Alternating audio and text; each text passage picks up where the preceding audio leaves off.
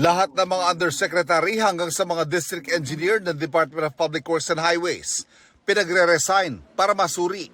Yan ang unang hakbang ni bagong DPWH Secretary Vince Dizon para linisin ang kagawaran at panagutin ang mga sangkot sa anomalya at ghost flood control projects. Ang mga sangkot ng mga kontraktor, nais si Dizon na habang buhay ng i-blacklist. Aayusin din ang contractor licensing system ng Philippine Contractors Accreditation Board na nasa ilalim ng DTI. Itinalaga si Dizon sa DPWH matapos i-anunsyo ng Malacanang na tinanggap nito ang pagbibitiw ni Manuel Bonoan. 60 araw na pagbabawal sa pag-aangkat ng regular at well-milled rice, epektibo na at tatagal hanggang October 30. Layo ng rice importation ban na protektahan ang kita ng mga lokal na magsasaka habang anihan sa bansa. Pero sa ilang palengke, agad nagmahal na hanggang 2 piso kada kilo ang ilang imported rice.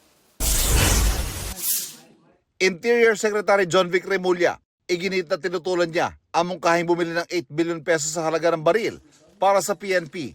Pinabulaanan din niyang ipinili dito kay Police General Nicolas Torre III at nang hindi pumirma si Torre ay sinabak siya bilang PNP Chief.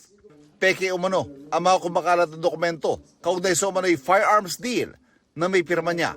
Sabi ni Remulla, pinag-aaway umano sila ni Torre. Ngayon nagkasundo raw sila na hindi kailangan ng mga baril. Tinatanggihan niya umano ang anumang congressional insertions kabilang ang 1 billion peso budget para sa mga amphibious vehicle ng DILG at ang isinisingit na 500 million pesos na intelligence fund. Ivan Mary na nagbabalita para sa GMA Integrated News.